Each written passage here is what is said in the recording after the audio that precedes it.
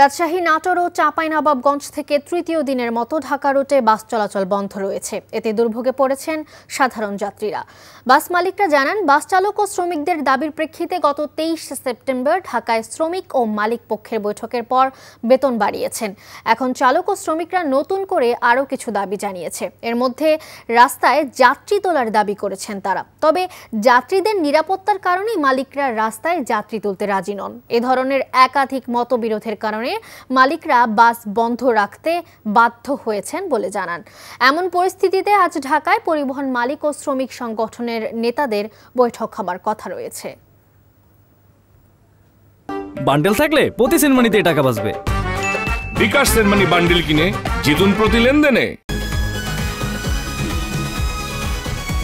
ওটা তো ওরা আসলেই জানতে পারবো, তাই না? শোনো, টাকা তো চাইছে,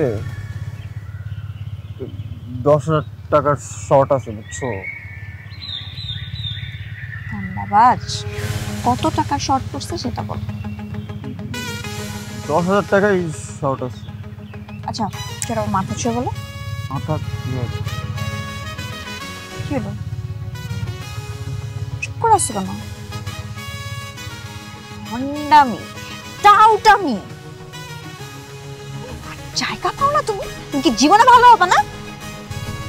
শোনো, ভন্ড আর টাউট বলবা না, আমার ইগোতে লাগে। তুমি ওইটাই ঠিক আছে, ভন্ডামি টাউটামি মানুষ করে, কিন্তু গার্লফ্রেন্ডের সাথেও কোনো কথা।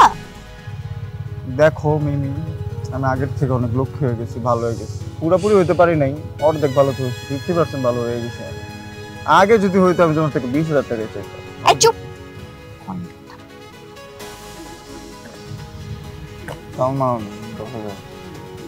ঠিকভাবে বলো, কত টাকা শর্ট পড়ছে?